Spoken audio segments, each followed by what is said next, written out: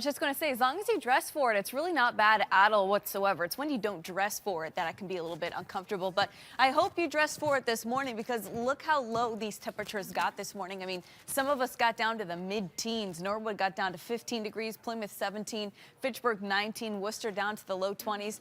It was a cold start, a little bit of a shock to the system, especially if you've been off work the last week. You've been sleeping in early in the morning, haven't been feeling those bitter cold temperatures. Now most of us are in the low 30s. Bright sunny skies are not going to do much to warm us up today, unfortunately. Highs for most of us only topping off in the mid to the upper 30s. 36 degrees at noon, 38 degrees at 2 o'clock, 4 o'clock 35, and 6 o'clock 31 degrees, so 30s pretty much all day long. We are tracking chances for snow and rain later this week. The cutoff is going to be close to the 495 corridor.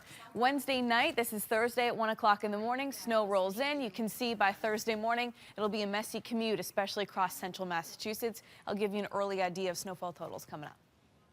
We're only going to get to the 30s for today, which a lot of people online, even on my Facebook page, are saying, oh, it's December, it's kind of normal, but this is actually a little bit ahead of schedule. Highs today are nearly 10 degrees colder than average. So yes, it's December, but on the other hand, we're not typically quite this cold, especially for this long. A day here or there is one thing, but this week is going to be a cold one overall. Highs today only reaching the mid to the upper 30s. Bright, definitely chilly. Fine as long as you dress for it, though. I'll say that. If you were underdressed this morning, tomorrow morning's going to be just as cold. It was definitely a gloves type of day. I did see someone with a face mask on. I thought that was a little extreme, but hey, at least he was nice and warm.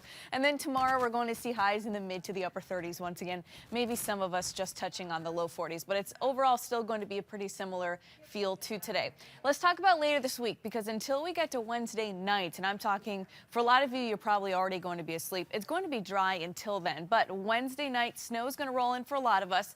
495 corridor-ish area is where that cutoff is going to be for the rain versus the snow. Maybe a little bit of a wintry mix around that area, but if you're south and east, like Boston, Cape and the Islands, primarily rain for you. North and west of that, primarily snow. That continues into Thursday morning, so if you're coming from Central Mass, it's probably going to be a pretty slick and a slow morning commute as we get into Thursday. But the snow doesn't end there. It does linger into the day on Thursday, not starting to clear out until we get to Thursday evening.